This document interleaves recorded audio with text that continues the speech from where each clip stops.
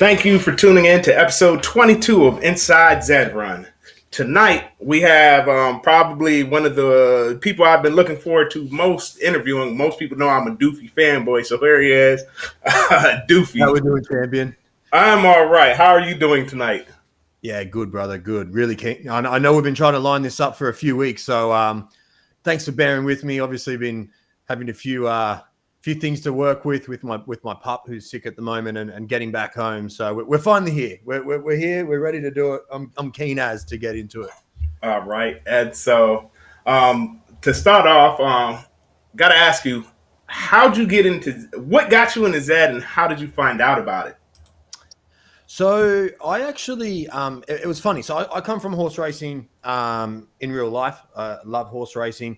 My wife's family are horse trainers in real life as well, and I've followed horse racing since before I can remember as a sport and as a punter as well. And it was at a time where I was out of a job with COVID. I was working in a international tourism brand. And when COVID started, that all got shut down pretty quickly, and I was finding it quite hard to get another job. So I was looking for hobbies essentially, and I was just trolling on Facebook, strolling through, and I saw this ad. It was quite lucky because there was this 1 week period where Zed was advertising on Facebook before they actually got banned from advertising on Facebook, and I saw this ad for cryptocurrency horse racing, and I was like. Mm-hmm.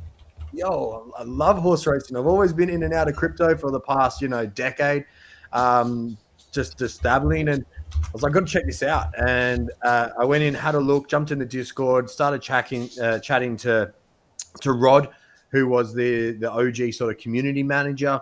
And I spent, 2-3 days really researching and understanding the platform before I jumped in and bought my first horse. And the rest is history. And it just kicked off from there. Well, I will have a couple questions going forward. Is there anybody that you look up to within the community?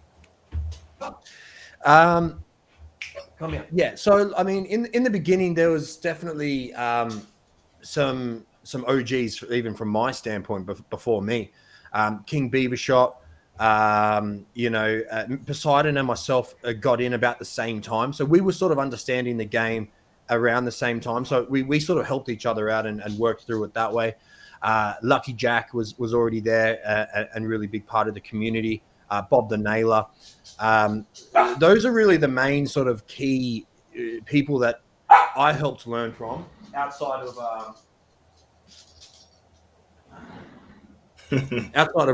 of Rod himself and Rob and the people. It was a much smaller community size back then. It was only 200 of us in the Discord, and we sort of learned from each other and helped each other out, which was really cool. Yeah, we always I always refer to I say we have like 4 OGs. It's King Beavershot, Bob the Nailer, Lucky Jack, and Heroin. Those people were around long before racing, so I don't know any other people besides them. If there are people who were there when they got in, you're welcome to be interviewed. But we always put those people at Generation 1, and then the big people from Generation 2 are yourself, Poseidon, Zed Gazette, and Dr. Ian. And so we kind of put them at Generation 1 and put you in, and those 4 in Generation 2. And look, there's a handful of people that outside of those names as well that were really into it. That we spent a lot of time in Discord together. Like I mean a lot of time. Mm-hmm. We spent 16 hours a day racing, having fun and getting the bands going. Yeah. Off the top of my head, Blazing Up was up around that time. There's a few that have sort of come out, come back in, gone out, come back in again. But, there was also a lot of, silent OGs, people who were in and just sitting in the background, Mm-hmm. who weren't really breeding, racing, doing all of those things. But they were there. They were early investors, 100%. Yes. I still put them in that same limelight. Yes. And so because you've been around for a while, there's been a lot of different ways to approach Zed. And so you've been a racer, you've been a breeder, you've been somewhere in between, an influencer, a content creator. where do you stand now in Zed? Yeah, look, it's a really good question. If you look back to my streams when I first started streaming back in January, around that time, just before Zed really sort of kicked off, I was always saying that it's going to get to a point with Zed where it's an industry, right? Mm-hmm. And we're really starting to get to the tipping point of that happening, where I was putting all different caps on, like what you said, and you're going to have to try and pick one, and you're going to have to try and really be the best at it. And there's going to be different caps that you can wear throughout, of course. But if you focus on putting one cap on and really focusing on that, that's where I think you're going to get the most out of it. At the moment, personally, I would say I'm much more just into my racing and coming back as a racer. Every now and then I'm coming back and helping people with content and answers. But there are people that I've helped get to where they're at, who have a much better opportunity to then help the next generation of Zetters come in. And that's what I want to be. I'm happy to sort of help out, but I'd much rather help the people who are helping the masses, as opposed to focusing on helping the masses myself. I just don't have the time to do that anymore. I barely have enough time to race. My wife handles most of my breeding out of Doofy Racing now, so we're sort of working in that sort of partnership. But and I'm just enjoying getting back into racing and seeing these high stakes races come through, and that's what I love. The banter, the talk back, and the shit talk that comes with that racing side as well. Yeah, I do remember a long time. Well, it seems long, but when you were on the Pony Plug on the regular, Zook and your banter back and forth was legendary. Like, you would leave stream and Zook would start talking shit about Ducky and what was it? Silly Samwise being better than Ducky, and he'd be jumping in races, and all of a sudden you'd appear with Ducky and just smash the race, and that. I do miss those days with the banter and stuff. It was a good time. I think what's happening with racing right now is that us as a community need to be better. We need to take control over how we get involved in racing. Me, for one, and I'll put this on myself as well. I look to stay away from some of these races, and we need to get away from that. We need to get back into a position where we're racing the best horses against the best horses. But we need to get into a position where the banter is high as the stakes get higher, and you saw it when the horse valuations went through the roof as well. People start to I guess focus less on the fun of racing and focus more on how much money can I make. Yeah. And that comes with the price, in that as a community, if everyone's doing that, then it takes away from the fun of the game and what it used to be. And I think that we can all take a little bit of ownership in that and get back to just having some fun and having some races. And who cares what the fucking race record is of a horse? Who cares how much money it's won? Like, let's get back to just racing horses against each other to get one up and have a bit of fun, Yeah. Yeah, that is actually a valid point. Because I think what happened was, you had a couple stables that are extremely profitable, and people until like the flashlight went on to these stables, people were making money, but they were having fun while they were making money. And now people are just trying to actually just make money, and they're forgetting about the fun part. So I actually don't know how we could recover as a community outside of bragging rights tournaments, or hopefully Zed gets custom racing in the game sometime soon. Custom racing would be huge. Yeah, that would be good.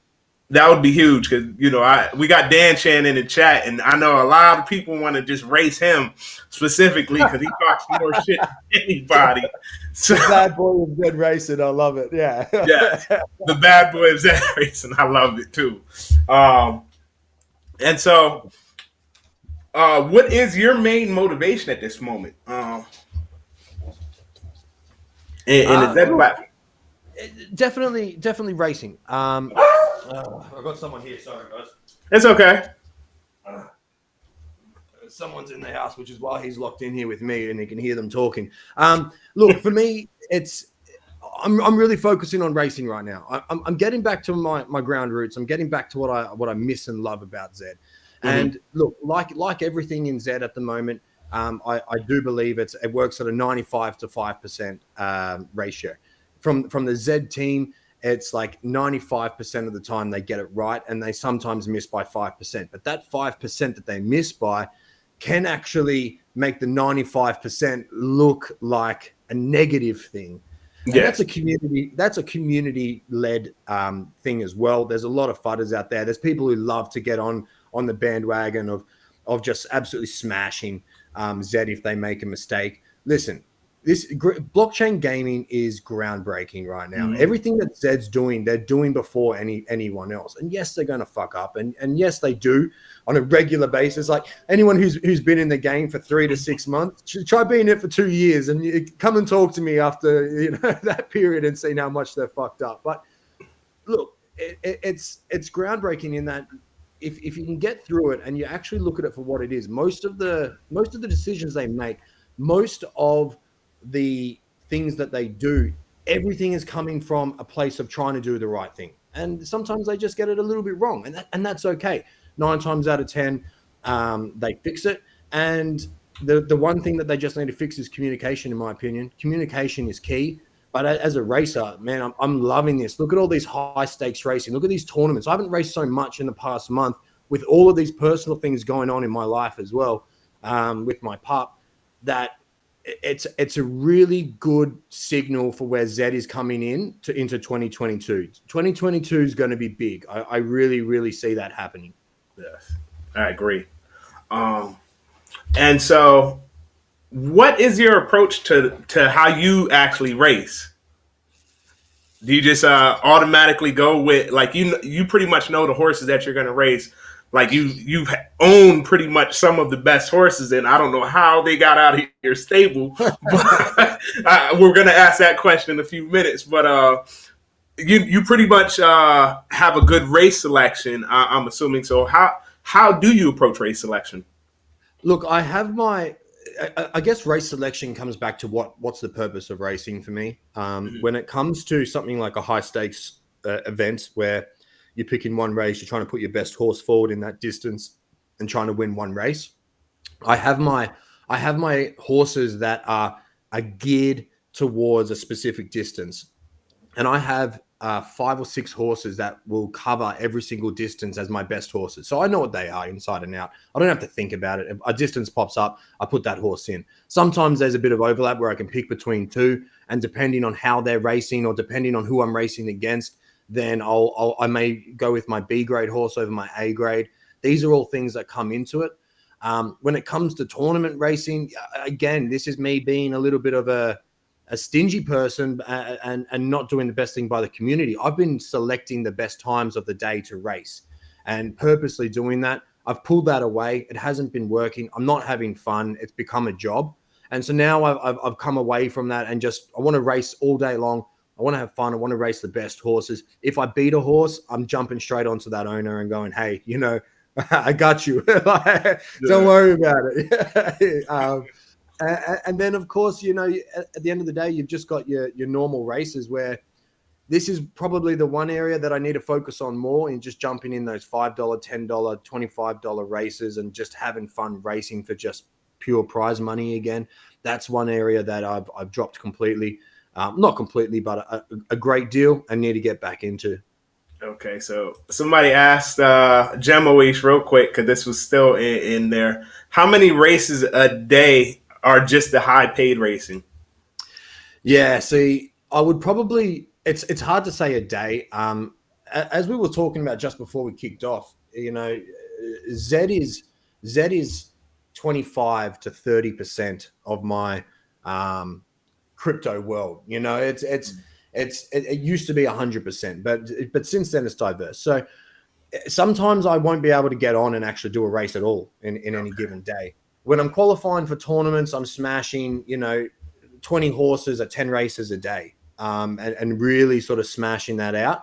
When it comes to high stakes races, this is probably where I'm then focusing on following other stables And Mhm. if I see some good horses in a $500 race, I'll go and throw one of my good horses in there and try and take some of their purse and have some fun beating them as well. It comes with the disadvantages because I've been getting flogged up and down the track of late in those high stakes races. But that's where the fun comes for me. Okay. Before I get into the one of the questions I want to ask, how do you approach discovery with your newer horses? Because Doofy's Army's what's Doofy's Army's at now? Like 300 or 400 or 500? It's in the 200s. Okay. My wife has been focusing more often than me in doing them, unless we're looking for something really specific from the community member. She's got enough knowledge now to handle 95% of what we are putting out. But yeah, the Doofy's Armies, there's been some crazy ones in there. Still Yes, look at Nathan's Doofy's Army 121. That thing's a beast, man. I love it. I'm always looking at that horse, seeing how it's going. I think it's bred pretty well as well. I think it's definitely up there with the best one that I've put out. Yeah. So how do you have you raced any newer horses lately? Like a horse from zero races and just tried it out. And what would your approach to discovery be? That's a tip for the community, I guess. So it's a little bit more it's a little bit different right now because any horses that I'm putting out, they're either being bred to race in tournaments, which is different for me. Like I didn't come from that sort of mind pattern. I was looking for a specific horse to just dominate on the track. Now I'm looking to breed more consistent horses that can enter into these tournaments. I think tournament racing is going to be a really, really big part of Zed, and it's going to change the thought pattern in terms of what you're trying to breed. I mean, look, the great thing with tournaments is you can actually change up the format quite easily. I would love to see a U-based tournament, obviously, because that's how my stable is sort of geared from years of racing. And you get maximum points for first, maximum points for last, and you work them into the middle. You get 0 points for sixth. I think that'll be cool to see some of those U-shaped horses getting in. Yes. But when it comes to me actually working out what I'm doing at the moment, it's mostly based on free races. And the competition's high. Don't get me wrong. The competition's higher than what it was 3 months ago, 4 months ago, and it's free racing. So you take it with a grain of salt, but it's also not that maximum potential in terms of racing. So what I'll do is I'll start off with a distance, ideally a short or long distance in the Griffey, then come in and work on those other two distances. And then I'll start to try and figure out, I'd ideally like to see at least one race at every single distance before I start to hone in on one or two distances. The thing is, at the moment, you work through the grades so quickly as well. It's really hard to actually understand, is it just because you're in a lower class and all the good horses are up in class one and you get up there and you're like, oh shit, this horse actually wasn't that good when you finally get up there and then you put it on ice or whatever. It's all still just touch and feel, man. You get a vibe from a horse. Corruption at its finest, only flames 50% at 2,000 meters, but man, when it takes off, it can beat almost any horse at 2,000 meters and has. So it's much more of a discovery game now, which is really good to see. Yeah. So were you in favor of the odds going away or the flames, with the flames being temporary? Who knows what's coming next? Were you in favor of the odds, or you? Nah, big fan. I think the odds were too much. Yeah. Yeah. And what it created was actually a false reality, in my opinion. The odds only looked to coming first. Yes. And so when you look at that and you look at these horses, even my own stable, I'm racing horses that I would never have touched under the odds system regularly. And they're qualifying into the tournaments regularly as well. Okay. I think it's great for the game. I think that it is a better insight into how your horse can run. I also like that it's a little bit misleading in that you get flames in distances that aren't necessarily the best distance to be racing your horse, right? It's good fun. Okay, so this is a question. All right, so we know you had Breathless Edge, Terms of Engagement, and a couple other like really, really, really killer horses. How did those horses escape from your stable? I see Crimson Racing in the chat as well. Look, Zed in early days for me was grinding, and I respect the grind of Zed. First thing I will say is any horse that I have ever sold like this has been instantly reinvested in other ways. Sometimes I've looked at to diversify high level horses. For example, Breathless Edge. Now, I sold Breathless Edge just before Zed kicked off. If I told you what I sold it for, you'll be going, that is ridiculous. Why did you ever sold that? But you've got to look at the market in what Breathless Edge was sold at as well. That was the highest sale to date in any single horse, and it's done that again. It's done that same record. So if you look at market for market, what I did with Breathless Edge money was I went out and bought about 50 Genesis horses. Okay. Right. So it was actually a sale that put me into a position of where I am today. And if you buy and sell in the same market, then it almost doesn't matter what you sell for. It's a moot point. I've got so many horses in my stable. And Normo came from Breathless Edge. And it was one of my sort of best horses that came from that sale. So if you look at that, you look at the Breathless Edge sale now, it was 100 ETH, 110 ETH, $500,000. Epic. I could have easily bought 10, 20 Z1s in that current market, and I did buy a lot as well from the Breathless Edge money, and that's what happens. You can do again. So I think it's all relative. How did they escape my stable? Again, looking to diversify. Terms of engagement was a pure and simple ignorance in that the game was different then. We were working on the odds system. We didn't look for, consistent races. We looked for U-shaped races. We didn't have tournaments. Yeah. So that's what I'm talking about. The game has changed so much. Would I have sold terms of engagement for the price that I did in the current landscape of Zed? Absolutely not. Hell no. So you should take it all in. You make decisions in the market that you're in. Yeah. See, I'm going to bring something on screen real fast. And this is like, for me, I would never have sold terms of engagement just because I'm going to bring something on screen for you really fast. Let me go to drill down really fast. Filters, the Griffey, submit, show on stream. I showed this to Kurt, right? Look at her odds in the Griffey. Yeah, but look at those horses as well. They're all Genesis horses too. I understand, but man, well, not all of them. They're mostly different. Terms of Engagement's a great horse. I think my biggest problem with Terms of Engagement was, and I'm going off memory here, I sold Terms of Engagement before Breathless Edge. Oh, okay. I was running Breathless Edge and Terms of Engagement side by side almost every race. Yeah, and Breathless Edge was kicking Terms of Engagement's ass almost every race. So I'm like, I don't need this fucking horse in my stable. I took my ETH and I diversified, right? I diversified the horse. So again, you got to look at that. And there's also horses that are starting to happen like that again, where I've got horses that in any other stable would be their best horse. Yeah. But in my stable, it's a B or a C grade horse. Do they race? No. Is there any value to me holding them? No, because I'm not racing them. You get the money out of racing your horses. And unfortunately, when you have so many horses and you have a lot of great horses, you have to let go of those quote unquote good to great horses into other people's hands. And it's actually great for the game. Yeah, I love what it does for other people's stables. And I love to see them compete and actually get out on the racetrack as an avid racer. Like, I want that level of competition out there. Yes. And so real quick question, because my lady's out here. I've been in the Zed community since about March. My girlfriend, she thinks I'm crazy.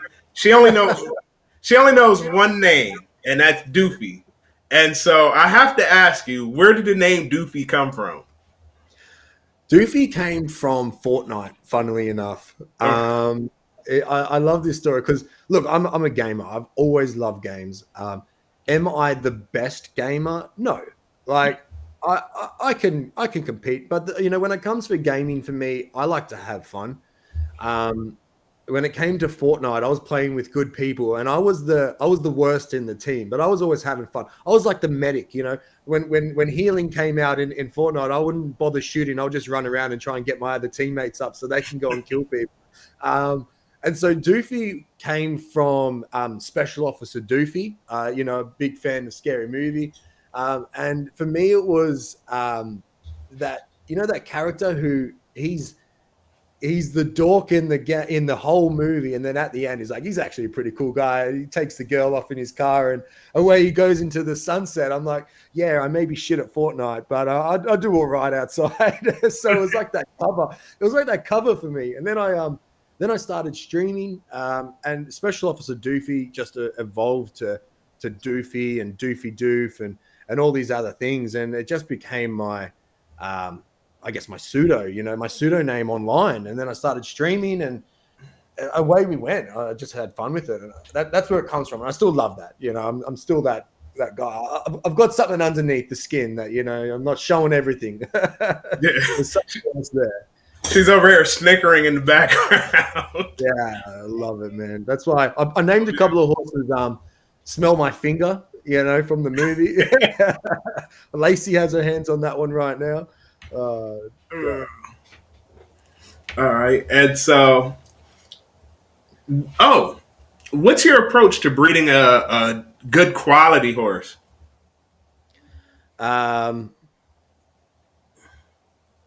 It's changed. You know, I rely heavily on other people's stables now. Okay. I don't keep everything in house. I released the Ducky Blood, and I released the best of my stable into the best of other people's stables, and we work together. Okay. I highly recommend anyone who's new or intermediate to Z to find people who are at the same level as you, and open your blood up, open your stable up. Find trusted people, obviously, but this whole thing of I'm going to take every single stud every single month is gone for me. You know, I don't look for quantity anymore. I look for quality. And if I can get 1 or 2 quality horses every single month out of the 6 to 8 horses that I really focus on breeding, then that's good for me. I've gotten to the point where I don't even know how many horses I have anymore. 400 or 500 horses, you know. I don't need more horses. I just need good horses. Yeah. So that's where my focus has been. Now, in the beginning, is that the best strategy? I don't think so. I think the best strategy is, you know, potentially quantity. There's a lot of hidden Easter eggs in Z where the more breeding you do, the more opportunity you have. That's definitely, I think, a better strategy, and that's what I focused on. Yeah. Heroin's asking for some Doofy blood.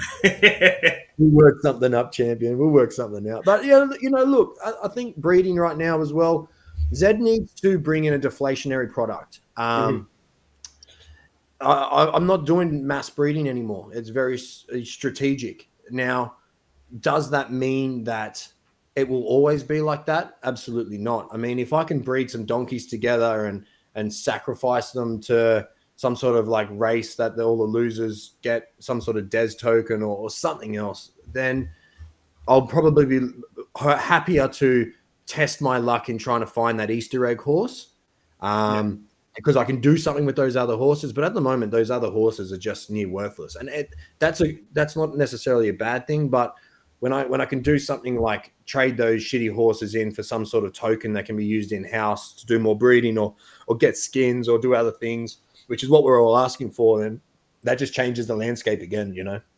Yeah. And a question that was asked earlier, because people seem to think that you're a part of the Z team and you're not. So Flying Henchman asked really early on, there any insight of what they may be doing with the class system with these tournaments? I would guess 50% of the horses are now in class 1, which they don't belong in. Yeah, man. Look, there's 2 things here, right? I have been of late working really close. I'm lucky enough to have a direct line with the founders, you know, Rob and Chris and Nebs and everything else. So I think in terms of responsibility on myself, what I'm trying to work towards is becoming a voice for the community, as opposed to just within the community. I have an opportunity, and they respect the conversations that we have. So what that looks like in the future is still being, I guess, nutted out. But to answer your questions, to answer your question directly, I mean, I think that's where we need someone in that position, because as a racer, I know, as a racer, class system is fucking broken right now, and I'm talking epically broken. But as a game developer working in dev and having your blinkers on, to use a racing term, into what you're actually focusing on, I don't think they know it's such a big problem. I don't think they know how big of a problem it is. And that sort of ignorance can be a good thing and a bad thing in the same sense, in that they don't know how bad it actually is. But once they do know, and they have that open line to the community, which is what I'm hoping to be with some other people as well, then they can fix it. They can focus on it. But it's how far away, man. I've been in Zed's ear for 4 months, 5 months. I've written emails. I have written essays on these things. And I don't know, man. It's frustrating, because if they fix the class system, it's going to mean so much to the racing side of things, and it'll change so much. I mean, look at Hamish and Andy's stable. That thing's on fucking ice right now, because all of their good horses are in Class 1 and they just can't compete.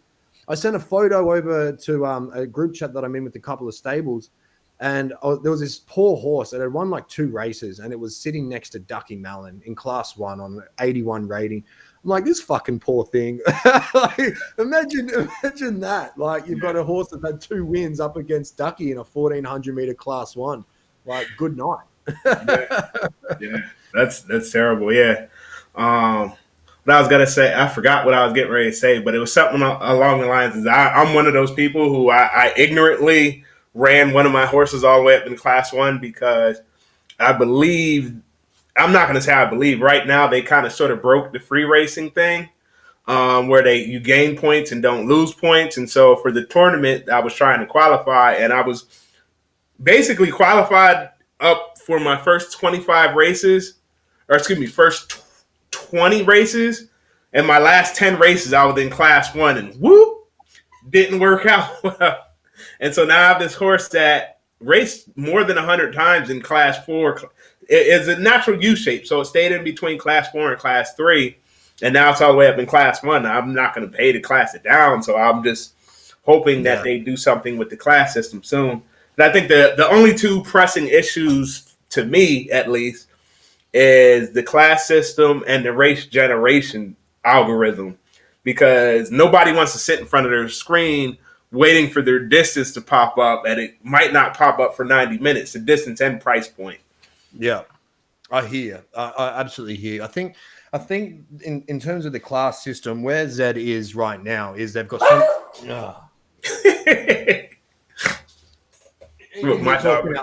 Where Zed are right now is they've got so much faith in the ELO system, and they know that the ELO system is going to fix this. That's their faith. That's where they're holding all of their biscuits there, right?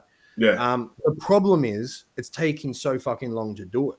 Yeah. Now, I've said this to the team on numerous occasions. Just give us a Band-Aid. Give us a Band-Aid right now. Just give us 10 classes.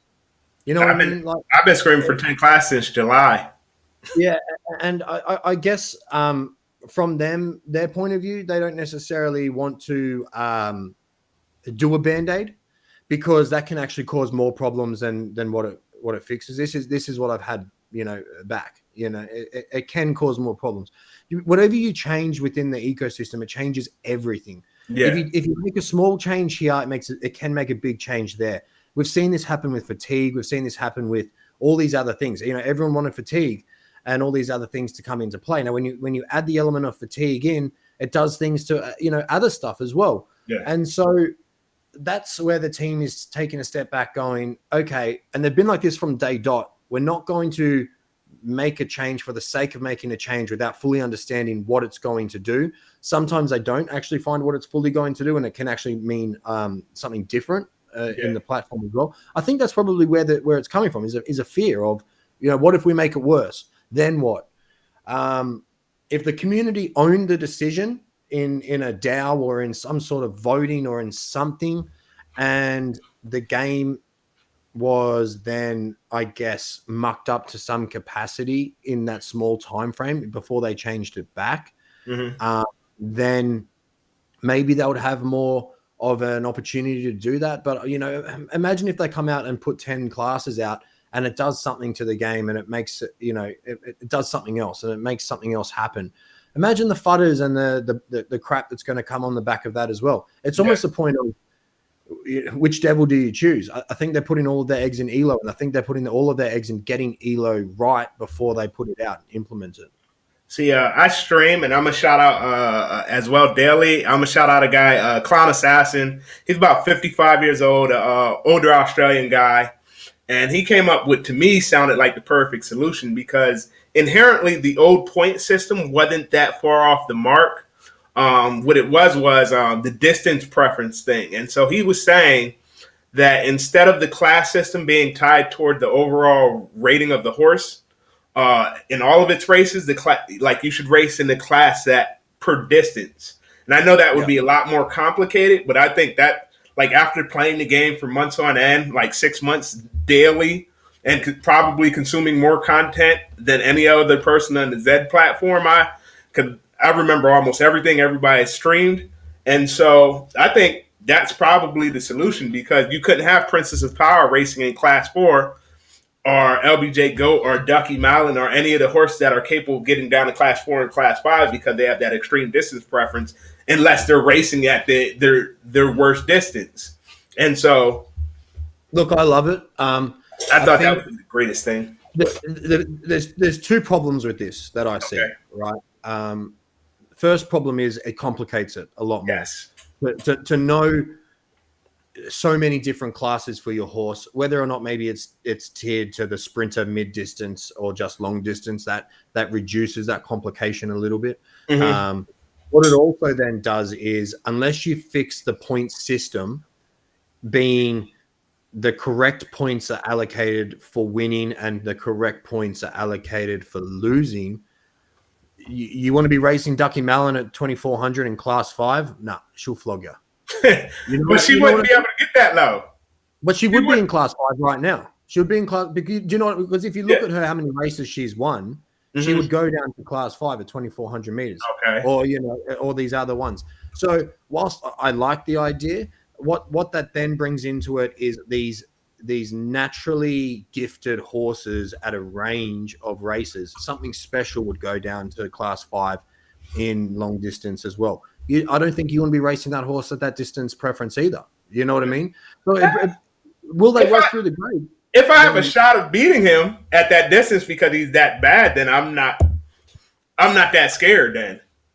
The thing is the horse isn't that bad at the distance. The thing is that it's up against better competition in its current class based on what it is. Do you know what I mean? Yeah. Now it's going to work for a very specific horse like a Princess of Power that has a huge variation. They have a huge distance preference.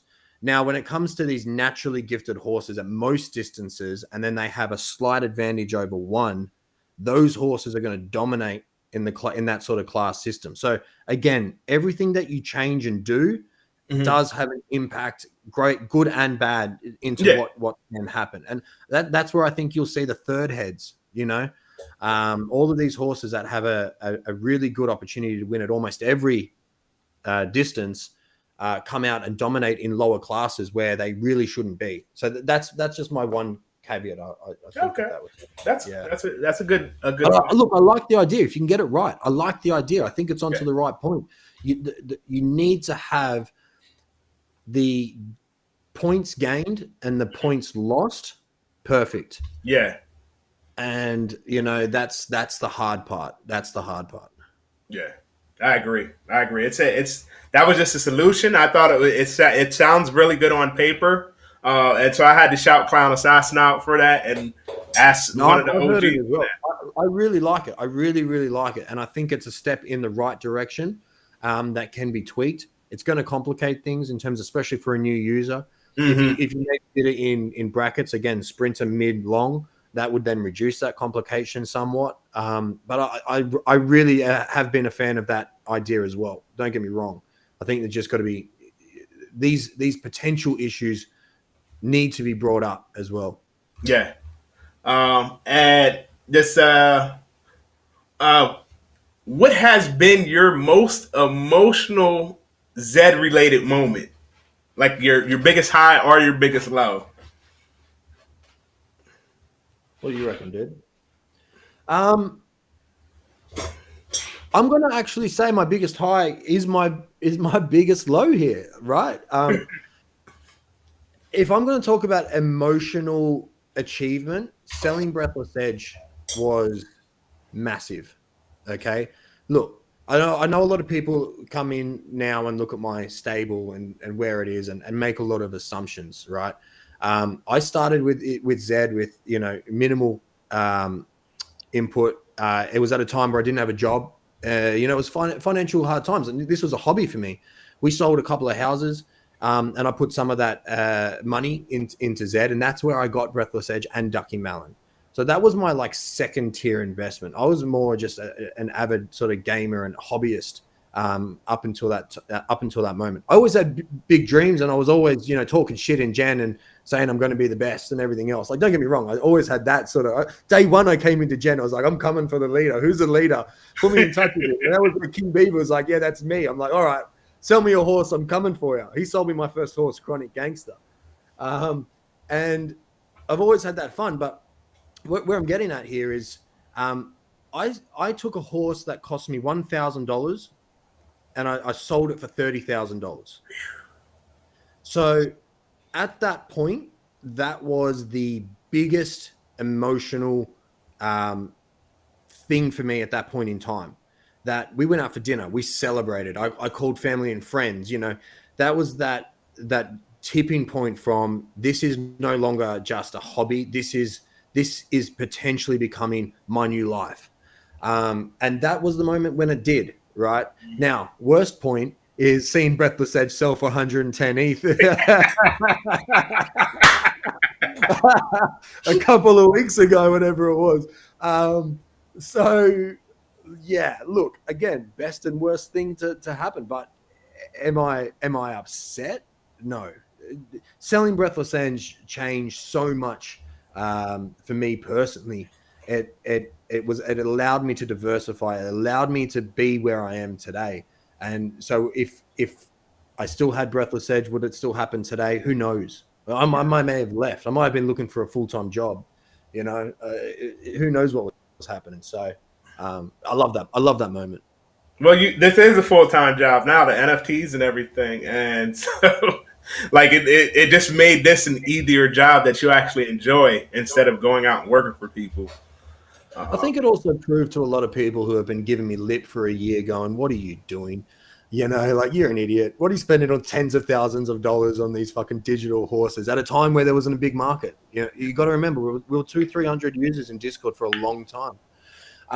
So that was a good, I showed you moment as well. I called people like, yeah, you know what? 1,000 into 30K. And that was big for me. Things really started to kick off from there. I think that sale also was a big thing for Zed. It showed the potential of what you can do, and I'm glad that it went to a good friend of mine, Poseidon. I'm glad that he was able to take that and 10x it again. But it's little things along the way that make the really big thing. My wife now works with me full time. She's now doing a cryptocurrency course. She's about to do her master's in crypto. It gave us the opportunity where we were stuck away from home for 6 months to be free to work from wherever we want. It gives us the opportunity to look after our sick dog right now. I was saying on the way back after picking her up, I don't know how people with full-time jobs have the opportunity to do this. She needs to be watched 24/7 when it comes to her radiation. It's going to be an hour drive to drop her off, half an hour there, an hour drive back every single day for a month. It just means so much more from a family point of view. Again, if you take everything away, that's why you do it. Yeah. You do it for your family. You do it for the loved ones. You do it for those opportunities. So that's what it can be. And that was that moment where it became it. So yeah, that's deep, and that is, as K Kirk said, the perfect perspective. Um, a quick question. So you've also diversified into a couple other NFT projects, and so what other NFT projects have you diversified into besides Red Village? We'll get into some discussion on that in a few. But what other NFT projects have you diversified into? Look, I've been in and out of all of them. I had apes, sold apes. I guess my risk on other projects has always been lower. Zed is still number one. It's still that project. I see it. I see that what Zed can be. I see the potential if you look at landscaping, what horse racing is in real life, and you look at where NFTs are going to go and everything else. There's so much opportunity there. It's theirs to fuck up. That's what I'll say. Yeah. Zed is theirs to fuck up. They will be number one if they get it correctly. Now, in terms of other NFTs, I love the Bio Village, the Bioverse, the BYO Pills. I love what they're doing. I think they've got some behind the scenes creators that we don't know about yet. Like this thing's going into Halo world. Some of the stuff that they've recently been putting out, and there's been some rumors floating around that there's ex-Halo developers in there or something like that. They are a project that have been around for long enough and have ticked the box every single time they've done something. They haven't put a foot out of line, and I respect that a lot. So that's a project that I'm heavily invested in, and it will continue to be. Not selling anything. The Chicken Derby I'm in for just in case. I know that I know that there's a few people who are keen on the Chicken Derby. I bought in just in case. I've got 95 chickens. We'll see what happens with that thing. I still don't know if I'm sold on it. The Red Village is huge, and I'm going heavy in the Red Village. What I love about the Red Village is they're taking learnings from other projects and they're adapting them. They're listening. They're reaching out to people, and this isn't to toot my own horn. They're reaching out to the right people who can help them take the project in the right direction. They've got the right developers on board. Everything has been pretty much perfect to date. And the one hiccup they did have was completely out of their hands, and they handled it better than any project I've ever seen handle it before.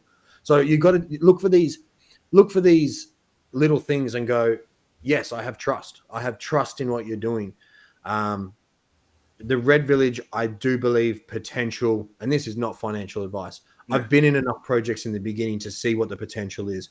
I see the Red Village as potentially Zed, if not bigger, because it's in that gaming world. It's bringing in your favorite sort of what's the right word? It starts with N. Nostalgic.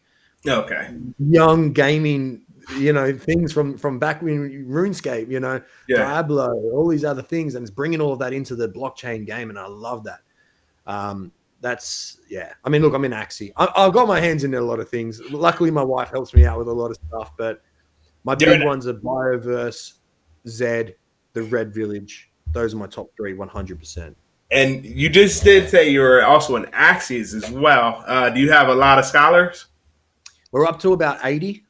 I've got this month's SLP sitting there to do some more breeding and create some more teams. The vision was in the very beginning to get up to 200 pretty quickly. Now, with SLP price dropping and a few game changes, that slowed things down, which I'm not against. I actually enjoy it. Mm-hmm. I think that if games grow too slow and too much is taken out of it, then it creates a short-term vision. I would love to be in Axie for 5 years and creating, just solid revenue every single month from that. That's what I would prefer, as opposed to coming in, getting 6 months worth of money and the game falling over. What are you doing? He's trying to jump down, bark at the door. And so now getting into the Red Village really fast. How did you get involved with that? And do you have a role yet? Because last time, I believe one of the last times I watched you stream, because I missed the last stream, but the stream before that, you said your role had yet to be defined. And so, how did you get involved, and what is your role now? So, how I got involved is through Lucian. He was in a project called the Wonder Quest, which was Alice in Wonderland's project in the Discord at the same time. He was actually sort of working on the Red Village at the same time. He's obviously in Zed as well, keeping an eye on that. So he knew who I was through Zed, and then saw me in the Red Village and in the Wonder Quest. And what actually happened was I was in Gen Chat talking to a bloke who was brand new to NFTs, brand new. And, this guy, I guess, doesn't have the ETH backing that a lot of people have to just throw money at these projects. And I threw a lot of money at the Wonder Quest because I love Alice in Wonderland, and I want to support her project. That wasn't a financial investment. That was I just want to back some cool shit and see where this goes. And I think you've got to sometimes do that. Just throw some investment at projects you want to take off the ground. But there was this guy in Discord who wanted to get into NFTs, but he couldn't even justify spending $200 on an NFT. This would be his first one. And I was like, bro, fuck it. Like, send me your wallet. I'll send you one. Yeah. And I minted this guy an NFT and sent it to him. And Lucian saw that and sort of knew who I was from the Zed side. And he respected that. I've always been wanting to bring people in, and I've always been happy. I've been lucky enough to be in the position that I'm in now through NFT. So I want to help people get in. No one should ever not be able to get in my opinion. I would love to see everyone in NFTs. So threw him an egg, had some fun, and Lucian reached out when the game was essentially getting close about 2 months ago, and just said, hey, I've got this project. Can I share it with you? I'd love to get your thoughts, which I get a lot of. And I try and help as many people as I can, right? I am one person.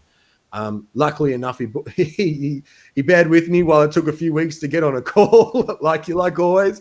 But we got on a call and we spent a few hours talking about, where this game is. I was just like, wow, fuck, man, I love this.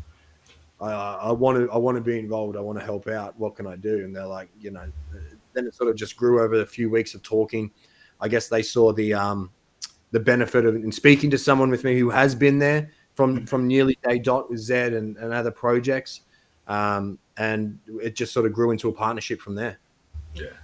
And so there's been a lot of people throwing FUD on it and all this stuff. So like I told you before we started streaming, I'm going to say Red Village, it's going to come, and it should be a good game because it's not, from a gameplay perspective, it's not that hard to develop the basics of it. Now, I spent 2 days. I'm going to show this on stream really fast. And I made like I call it the Doofy demo. If you see up here in the top corner, let me hit the play button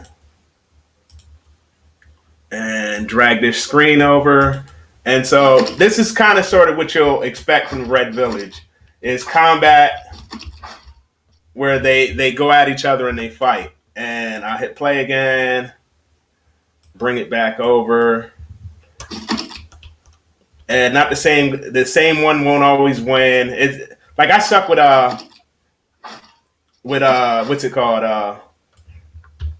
With AI, and I'm just one dude. So they got a team, they got money, they got money, and they can develop it. The blockchain stuff is what's going to be difficult, but they have a blockchain developer. So you should see that within 2 or 3 months. Like you won't be waiting like if you bought Hash Garage or something like that like 4 months ago. So yeah, people throwing FUD at the project, it was really pissing me off, and that's why I did it. Showed that off right there. FUDders are going to FUD, man. Whatever. Yeah, I've seen FUDders turn out and end up buying champions after the drop. So yeah. It is what it is. You're never going to stop it. I don't even bother with that shit anymore. I will sometimes if they're going too far, like if they're just, purely making shit up, then that's when I'll jump in and like, hey, where are you getting this from? Because I haven't heard it. And it's actually sometimes from a point of, I'm not trying to say I'm right and you're wrong. If I've got misinformation, tell me so I can tell my community as well. That's important. It's always from a place of, look, if you've got something that you can teach me, then teach me. Yeah. Absolutely. I'd love to hear it. But don't just come from a place of nowhere. I think, the Red Village, you say 2 to 3 months, man, they're on track. Yeah. for the January game release. See? There, I've been pushing from a impatient point of view for an alpha drop of a game. I don't think it'll happen. Because what's really important is making sure that it looks correct and everything works, well, because then that takes away opportunity for FUDDers to come in and be like, oh, that's shit. Even though it's an alpha release, people don't. They like to take that away. They'll take that little like badge off it and say this is what it's looking for. But man, look, my involvement with TRV, it's still being hashed out. I guess what I will say is that it'll probably be hashed out this week, and it's at a much higher level than what we were originally talking. I respect the guys immensely. I think they've got their heads screwed on. I think they're coming from a right place. They want to create some cool shit. Yeah. They don't care about the rest of it. They just want to create a cool game. Yeah. And if you look at why Zed kicked off and where it came from, where it did, was because it was just a fun, cool thing to do, and I think if you have that cap on, everything else will flow. Yeah, it's to me, right, one of the reasons that I became really excited about Zed, and one of the reasons that I aped in on Zed was that, like, people like yourself and I just remember watching Jay from Zed Run explain the founders who eventually I'll try to interview, and more of it be not a question of what's going on with Zed, but just the story of how they founded Zed. And whenever I hear Eb speak or whatever, he seems to be really passionate about the project. And so I'm more excited about people who are passionate about creating something than people who are just creating something to create something. And so when it's a passion project, it can fall flat on its head, but at least like you enjoyed the journey to get there. And like, as long as we're on this ride, if you're not really passionate about Zed per se, if it's only a profit, then every single mistake they make is going to be blown up even more. Like, I go from extreme highs and extreme lows and stuff with Zed, but I'm also very passionate about Zed too. I really like the platform, and I don't even like real life horse racing, to be honest. So, for me to be passionate about somebody else's game, that speaks wonders to me as well. Yeah, look, it's funny you bring that up, because I've always said that, the Zed's biggest problem and is also its greatest achievement in how quickly and how fast it grew. But now, when you do that, you bring in along with it people who want to make money and not people who actually want to play the game. Yeah. Now, what that then does is exactly to your point. If you're in Zed to have fun and race your horse, and it's a hobby for you, and if you make some money along the way, great. You'll never lose in Zed. Yeah. You'll never lose. You'll have fun, and you'll just get in the bands and have some fun. The second things start becoming expensive, and you're putting in life savings into this shit, or you're looking at it as a big investment, then everything that they do, you put a fine magnifying glass over it and go, is this the best thing for my investment? And that's hard. It's hard to pull away from that. And like I said, it's the best thing that's ever happened in Zed, because it brought users in and it created what it is now, and it brought big money into it, which is important. But then it also, like I said in the very beginning at the top of the stream, I just got to get back to having fun. Got to get back to having fun and racing for the sake of racing. Like, I actually am changing my my thought on horse statistics and resets and everything else after speaking about the Red Village and all of that. One thing that they're really focusing on is this seasonality. Yeah. You can fight your champion 100,000 times, whatever, within a season. At the end of the season, it goes back to zero. Yeah. Then it's who fucking cares? You know what I mean? I think people are too worried about racing their horses. I think people are too worried about their investment. And, I get it. But if we fix that problem, then Zed's just going to be a much funner and better platform for everyone. You know? I did actually put into the product portal a season system because I play another game called Splinterlands, which is an NFT game that's been in development about as long as Zed was. They're out of beta though, but it's a collectible card game, and they have seasons that are 15 days long. And at the end of the season, you drop down 2 ranks. And at the end of the season, they offer seasonal rewards, and so hopefully Zed gets. I would like to see Dez token, but I would also like to see if they could actually produce some type of another currency or that would be on the platform for, like, let's say breeding or something like that, or burning donkeys or something of that nature. Because, like, I do say Zed's biggest problem with me is I want more, and so I think that's a lot of the community's problem is they want just more to do. And so that's a good problem to have, and a bad problem to have from like the people with the pitchforks and stuff. Oh, look, people are always going to have pitchforks. It's actually it's a game to hate on Zed, right? It is what it is, and if you look through that, you see it. Now, don't get me wrong. I don't think any stable owner out there, I wouldn't call you a stable owner until you've threatened to leave Zed 50 times. Like you're just a hobbyist at that point. The amount of times I've walked in like at 1 o'clock or 2 o'clock when an announcement comes out, and I've woken up the missus, the wife, and just gone, fuck Zed, I'm out. I'm selling everything. That's it. I'm done. And I go to sleep and wake up and look at it and go, actually, it wasn't that bad. I think everyone's done that. We're all on that. But look, here's the thing: if you look at where Zed has come from 2 years ago to where they are now, if you look at where Zed's come from a year ago, if you look at where Zed's come 6 months ago, if you look at where they've come from 3 months ago, then I think if you take a step back and then actually look at what they've been doing and how they've developed so much in such a short period of time, when you really look at it, I think you put your pitchforks away. Yeah. Like 3 months ago, we didn't have tournaments. Now we've got 400K a month coming into tournaments.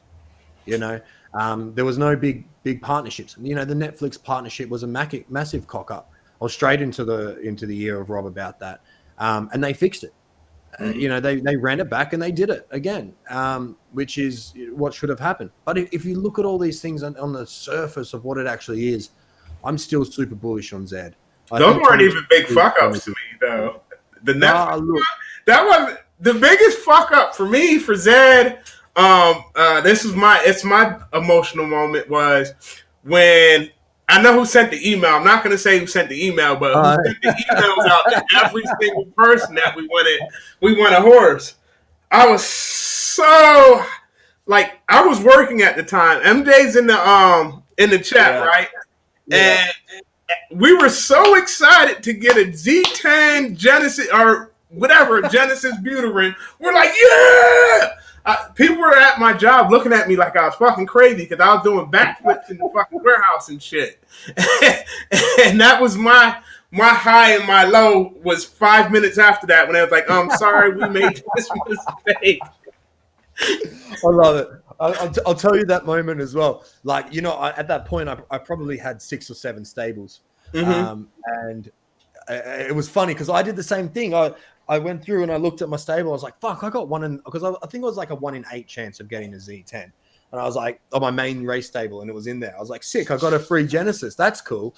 And then I went into my next stable and I was like, sick, I got a free Genesis. That's cool. And then I went into my next table. I was like, sick, I got a free Genesis. That's cool. By the 4th one, I was like, hang on a minute here. I was like, I think there's something wrong with this. And then sure enough, I got every single email in every single stable. I was like, yeah, all right. I don't think I won all of them. Yeah, we were so hyped about that. As you see, MJ said, yeah, we got so hyped. And you did win one and you gave it away. So did Poseidon, which I thought was like some of the really, really good, a really good thing that was done. A couple people gave away those horses.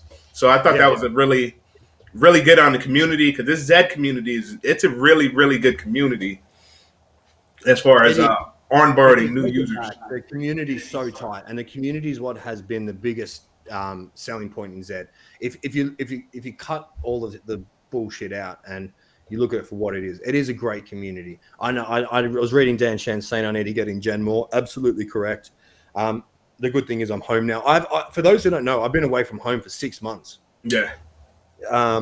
So like I've been living between other people's houses for 6 months, which lugging my computer around with me and monitors and cameras and mics, literally packing up the car, going to another house, taking everything with me. So that comes with its own challenges. Now that I'm finally back home and we'll be here for a few months at least, it gives that opportunity to get back into that routine, spend some more time in Z Gen and have some fun with it. I completely agree. I know I've let down the community, but I think that there's a responsibility in some of the community leaders to really come in and help that community.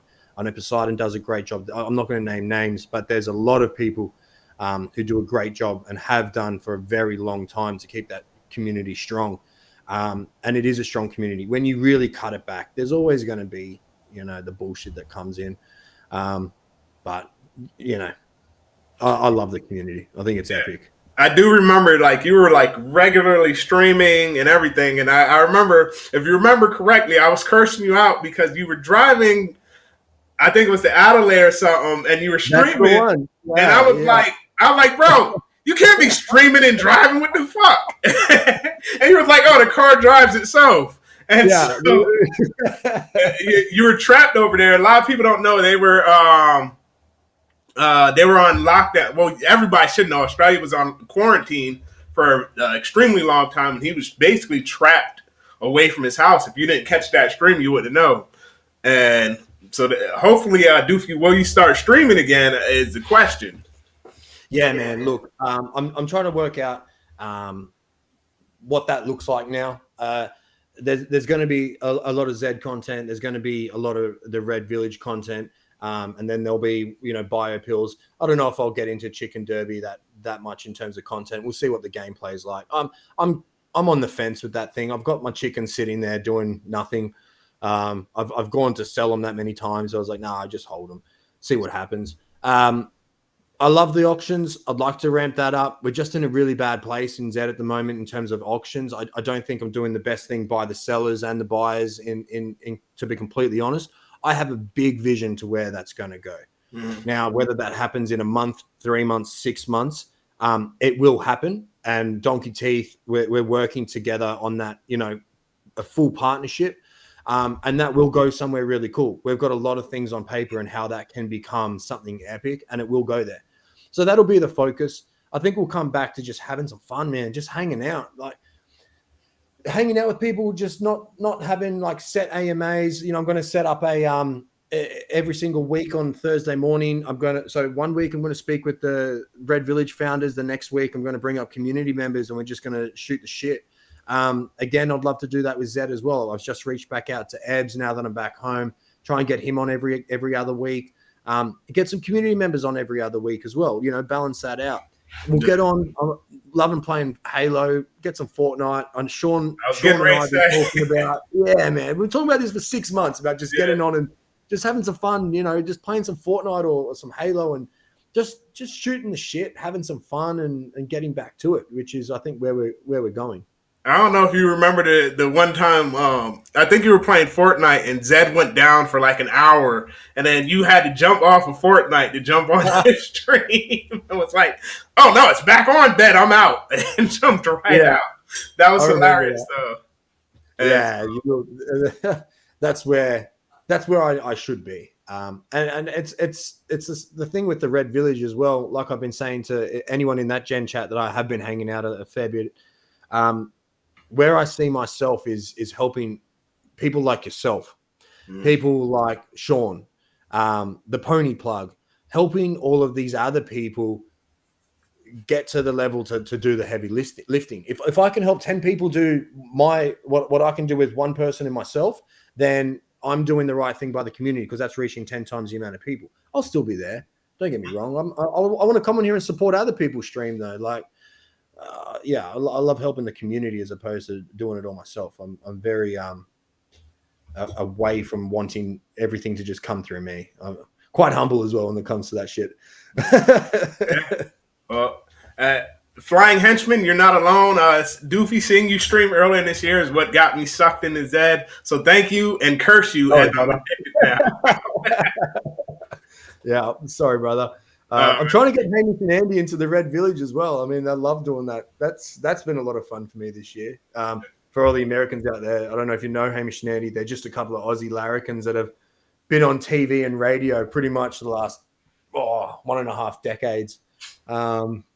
Just comedians, and that's been really fun to do. Love it. Yes, and so the last question that we normally ask is, do you have any superstitions or traditions when it comes to Zed? Like a lot of athletes don't wash their socks or something like that. Do you have any superstitions or anything? Yes, and it's founded from a place of where it used to be. Now, I still, in my head, and I don't care what anyone says, think that gate preference is a thing. I will refuse to race horses in a race in like a high stakes if I can't pick a gate preference for a horse. Like, just flat out refuse. Sometimes I'll do it for fun, and I don't know if I'm right or wrong. But like Ducky Mellon, 6 and 8, sometimes 7. Something special, gate 7, gate 4. Vast Sensibility, gate 7, gate 8. Enormo, gate 10, gate 9, gate 5. Corruption at its finest, gate 7. Chosen Well, gate 1. Make an Offer, gate 7. I know them all off by heart, and like, I'm absolutely trying my hardest to put him in there. And if it wins, I'm like, yeah, that was the gate, you know. So if it loses, I'm like, why did I enter? I should have not done it, you know. But probably got nothing to do with it. Oh, that's hilarious. I was that way for a while. Now I just try to get them in. Quick thing that I want to say, I wanted to ask. We know almost a year ago they reset racing. I know it was December 2nd of last year they reset racing. Were you racing at that point in time before that? Yeah.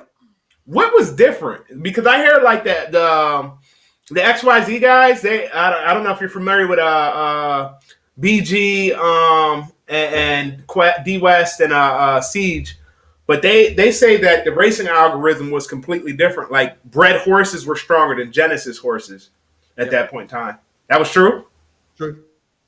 Wow. Very true. What was happening at that point is that it was too easy to breed a horse better than its parents.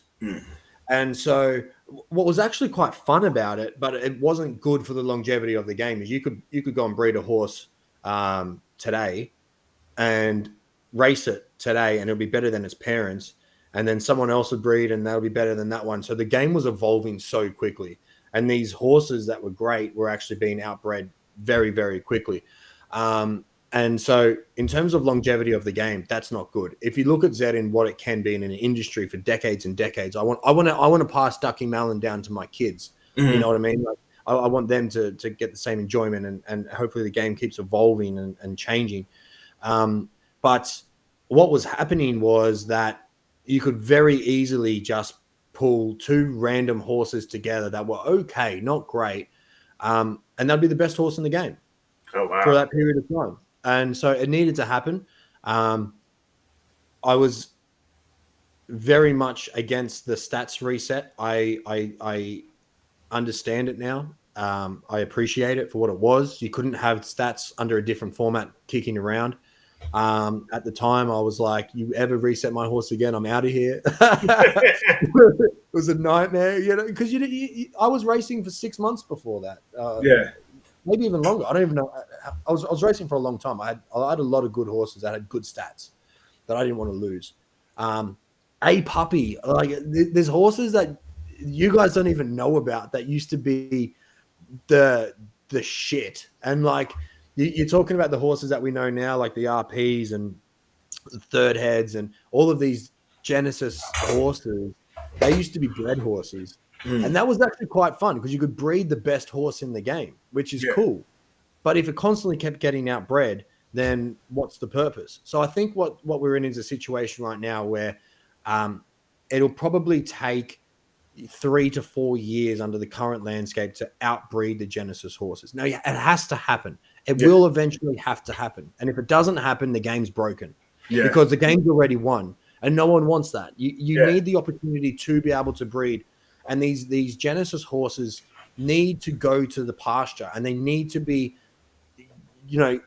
glorified in other ways, especially in terms of breeding and other things. So I think that's really important, but it needs to happen over a time frame where we're not outbreeding the horses in a space of 3 weeks. Yeah. But right now it does feel the tournament proved it that right now we either don't know what the hell we're doing with breeding or you can't. It almost feels like you can't outbreed the Genesis horses because I disagree wholeheartedly, man. I just put in a horse.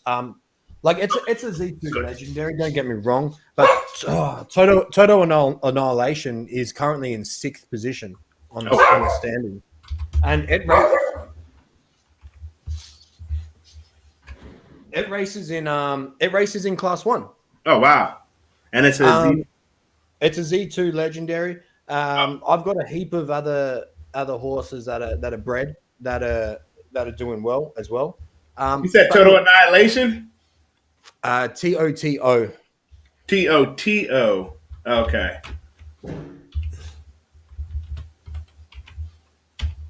No L. No L? Oh, Toto Annihilation. Toto Annihilation. I love this horse, man. Look, it's bred from fucking good horses. Don't get me wrong. Yeah. If you scroll down, I think it's still in 6th. Okay, it's in 7th. Sheesh. But yeah, that's a great horse. These horses are coming through, I think that they will start to come through. I've got a couple more kicking around as well that are starting to get that. Look, it's one generation away from the Genesis, so don't get me wrong. Yeah. And it's a Z2, I get it. Yeah. We need to give it time, and it will happen. They will start to come through. And I would say that horse there is better than, if I had to put a figure on it, 80 to 90% of Genesis horses. Yeah. Yeah. Well, there are legendaries out there like Crimson Chin. I like a couple horses in your stable that are legendaries. Like I'm a Ducky on the Edge. I don't think she's better than Ducky or Breath of Ed, but she's better than like 90% of the Genesis horses on the platform. Yeah. Well, she actually, when he was bred, Ducky on the Edge. I was calling it a Ducky 2.0. Oh, okay. Because I was actually racing him against Ducky Malin. Mm-hmm. And this is at a time when we were racing any distance because there wasn't as much competition. And Ducky 2.0 was beating Ducky Malin. Oh, wow. Regular, in odds and everything. And so at some distances, it's better than Ducky Malin. Mm-hmm.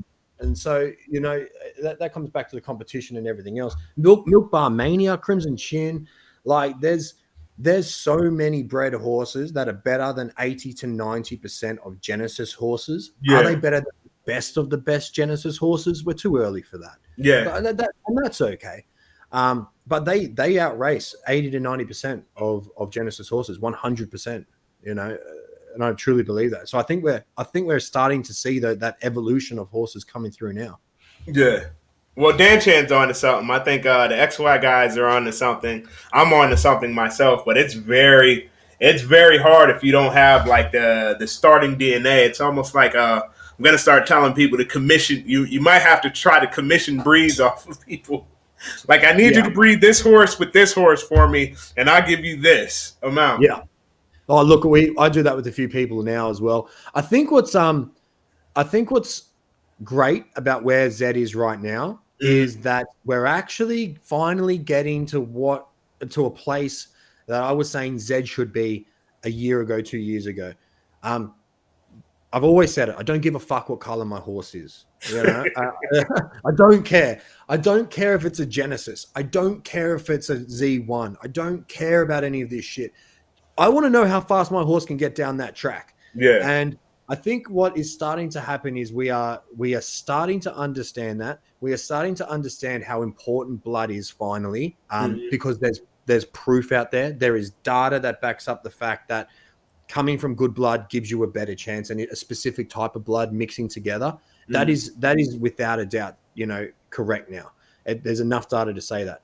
And I think what the next part is once these consistent high stakes racing continue to play out and people are winning big money, and if I breed a Z8 exclusive Nakamoto that is better than 95% of Z1s out there, that horse should be worth more money than the Z1, in my opinion. This is a racing game. This is a racing game, right? Yeah. I know breeding's there, but like, in all honesty, that's where the value is, and I've said it for a long time, and we're finally slowly getting there. I don't see it far away at all. We're gonna see what happens when Arbitrage sells Princess of Power to see what that goes for, because I don't know. Like, that horse is probably worth 50 ETH if and when they get enough tournaments to back up being able to recoup that return on investment. But she's definitely up there with the top racers in the game. Crimson Channon's a bred horse, and probably one of the best sprinters. What we're going to see is a segregation in terms of a horse being a racer, a horse being a breeder, or a horse being both. Yes. Now, again, I've been saying it for a long time, and I've copped a lot of shit from a lot of people saying, "Oh, you just call a bad racer a good breeder." It's like, it's bigger than that. There are such things as good breeders. If you look at my horse, Fraudulent Behavior, it's a terrible racer. It's put out some great offspring. Yeah. But I think what happens here is you need to find specific partners. I think the last offspring Donkey Teeth took as part of a deal, and it doesn't look too great in terms of comparison to what we've been putting out of late. And that's okay. It's a learning curve. Someone like an Enormo or a Luna don't necessarily go great with what you like the best type of stallion, but they go well with a specific type of stallion. And so if you start looking at the specifics of breeding, then you can actually find some really cool things happening, and it happens too consistently to say it was a fluke. Yeah. Dan Shan, did you mention the Dan Shan breeding theory? Look, man, I know for secondhand what you've been putting out, and I trust the people that have been listening to Dan Shan in terms of his breeding theories enough to say that there's definitely something there. Yeah. Look, and everyone's putting out their own theories. I love it. Breeding's a theory. There's no one way to do it. You've got to find specifics within the horses that mesh well together. Yeah, that is true. Well, I'm going to ask again, anybody in the audience have any questions for Doofy? I don't want to take up too much of his time because I could talk for hours on Zed. Yeah, look, I get it. It's one of those things where I've always said it, and a lot of people will probably know this. I'm sometimes hard to nail down, but once you got me, you got me. If you want to have a chat, let's have a chat. I'm happy to have a long chat, but man, sometimes it's difficult just to get the time. Oh my gosh. And so there we go. I'll give it a couple minutes. Sensible game. I missed this whole thing, bro. Okay, so do you want the details? Look, I've got the details. I heard about what people were saying. I definitely don't know all of the details, and I didn't read what people were saying firsthand. But man, like, I don't know, bro. Some people make up some bullshit. Yeah, Sentinel Gate was crazy. That was woof. I'm still waiting on BG got assurances. He got good assurances that they were good enough for me. The security wise, the way he said, like, you can't really touch the database and whatnot to go in there. Only a very few people. And so I'm gonna say what I said on stream since I have more people watching. Right. if Chris Laurent, which is one of the founders of Zed, came out and said he's going to investigate it personally, and then come, all I was saying was hopefully he comes back with whatever he finds, and then make some type of announcement. And if you can't trust that, then sell all your fucking horses. If you can't trust the people that are in charge of the platform, then sell your fucking horses and get the fuck out. Because to me, I have to trust them. Like, or else it's not even fucking worth being in the platform. If you can't trust the people fucking operate the platform, fucking sell your horses and shut the fuck up and go hide in the corner or play something else. Look, again, secondhand knowledge. From my understanding, what happened was that someone was questioning why someone overpaid for a Z2, and then it turns out to be Sentinel, which is a great horse. Yes. And then people are like, well, they must have had inside information on that horse being better because they overpaid on it. Man, like, you love a conspiracy theory on that one. There is no evidence or proof whatsoever. Like, that is some big allegations as well, in my opinion. And it's quite irresponsible to be throwing out allegations like that, because it can be taken so much further. But look, can it happen? I don't know. I don't know if it can. Did it happen? I don't know.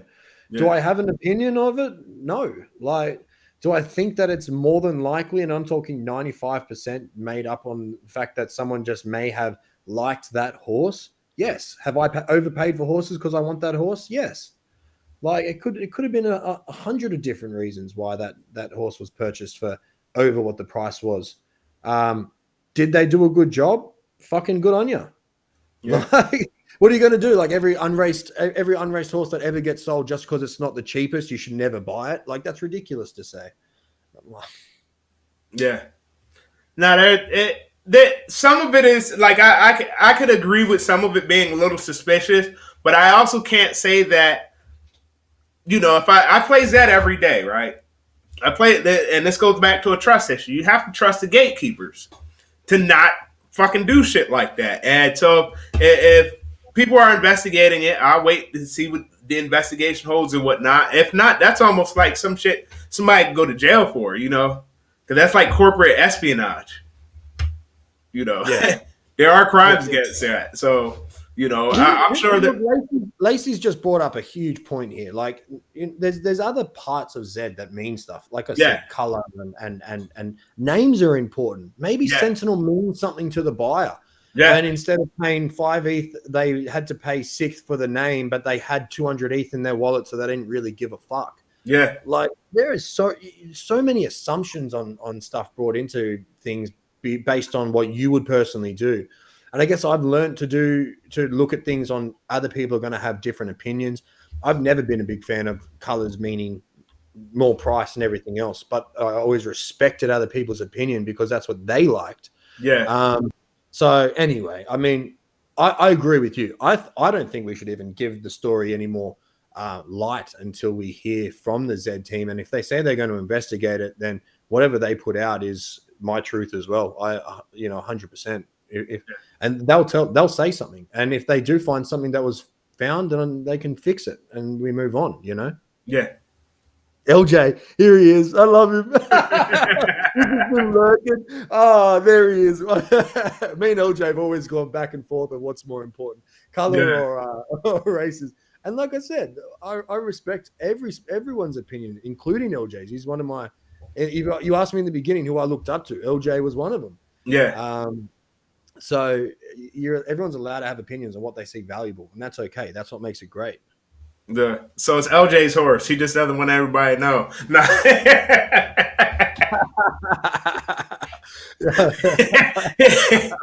JMO, great comment. If it was Peach Plush, LJ would pay more. 100%, man. And look, that's where I'm coming from on this whole thing. On this whole, just because you don't value something doesn't mean that other people don't. If someone valued something, I mean, goodbye. Yeah. I love it. I respect it. Unless they come out and say, yeah, look, they hacked into the whatever it is and found this, but they've only bought one horse. Yeah. Whatever.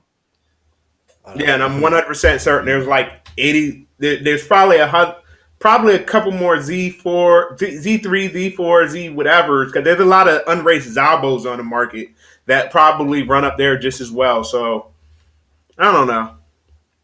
Why wouldn't they have tried to get Mula Mula or something if they could hack the system or some shit like that?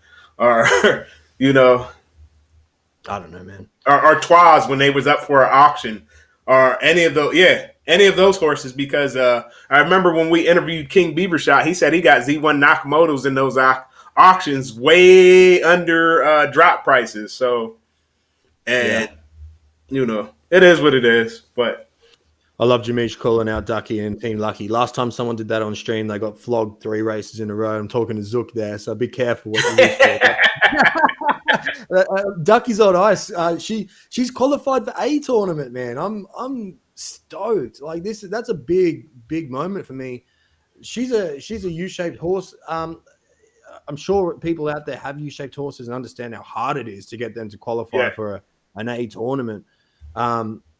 She came very, very close last tournament. She absolutely botched the start of her qualification. I think she went like 10 races in a row of coming near last, and it was just coming from nowhere. She made a huge push and went like 15 races in a row of like top 2, but it was just too late.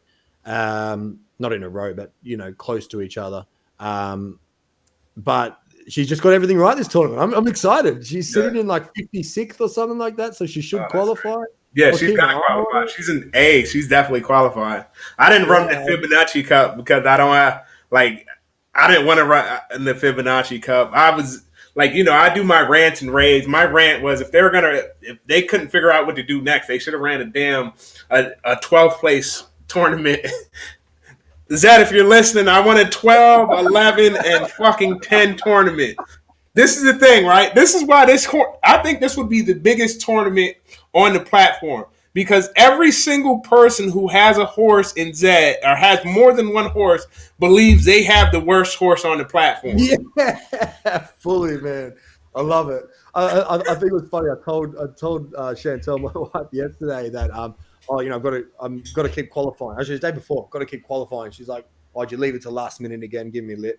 And I was like, she's like, "What is it?" I was like, "Oh, Fibonacci 2.0." She goes, "What? They couldn't think of another tournament?" I was just like, "Yeah, come on." But I mean, look, good change for the 25 races.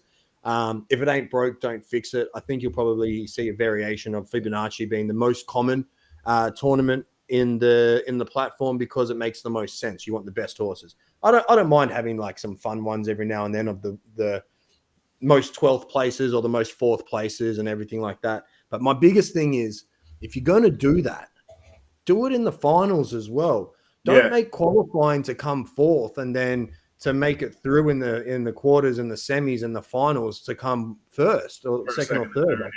It makes no sense. That was a big complaint by everybody. But hopefully when they do they'll recycle it again, and so hopefully they'll figure out how to do the quarters and whatnot. They might have to qualify less horses and have more than one race. Yeah, they'll be listening. They'll get it. Like every time they do something wrong, the community is the first one to jump at them and say, "Hey, you fucked this up," and then they more often than not learn and listen and get it right the next time. So I'm sure they will. I'm sure they'll listen.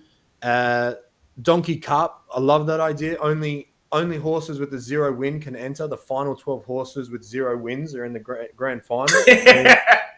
That's cool. I like that. That's cool. Yeah, that would be dope. Okay, so if nobody had anything else for Doofy, I'm gonna go ahead and let him go because he's been holding his dog for a while, and the dog wants to jump. I think he can finally get out. He's shredding as well, so I've got hair everywhere. I want to get the vacuum cleaner out. And so, thank you. A lot of people don't know. I told everybody I'm a huge Doofy fan. I say that all the time. So, thank you for coming on. It's been a pleasure. And thank everybody for watching. I'll be on again tomorrow, 5:30 a.m. here, which is 9:30 Australia time. And Doofy, when's your next stream? What day is it today? For you, it's Monday. I'm definitely gonna do some Red Village streaming on Thursday with community members and just have some fun and talk some shit there. I'm actually gonna meet up with LJ and play some Halo later, and as well as Souls Vanish as well. So I don't know if I'm gonna get into some gaming stream and just hang out and talk to people within the community. I think that'll be really fun to do. So Yes. we'll get Dawn on there and have some fun. I do want to see you and Zook talking shit back and forth. I miss that. I can see. I know. Got to get back on with Zuki. I miss it as well. LJ, all the originals. I really do. I need to get back into streaming. We'll work it out. Get a good schedule coming back. But I'm here helping other streamers at the moment as well. I'm jumping on a lot of other people's stream, getting back into doing that. Bot Lady, the rest of them as well. So.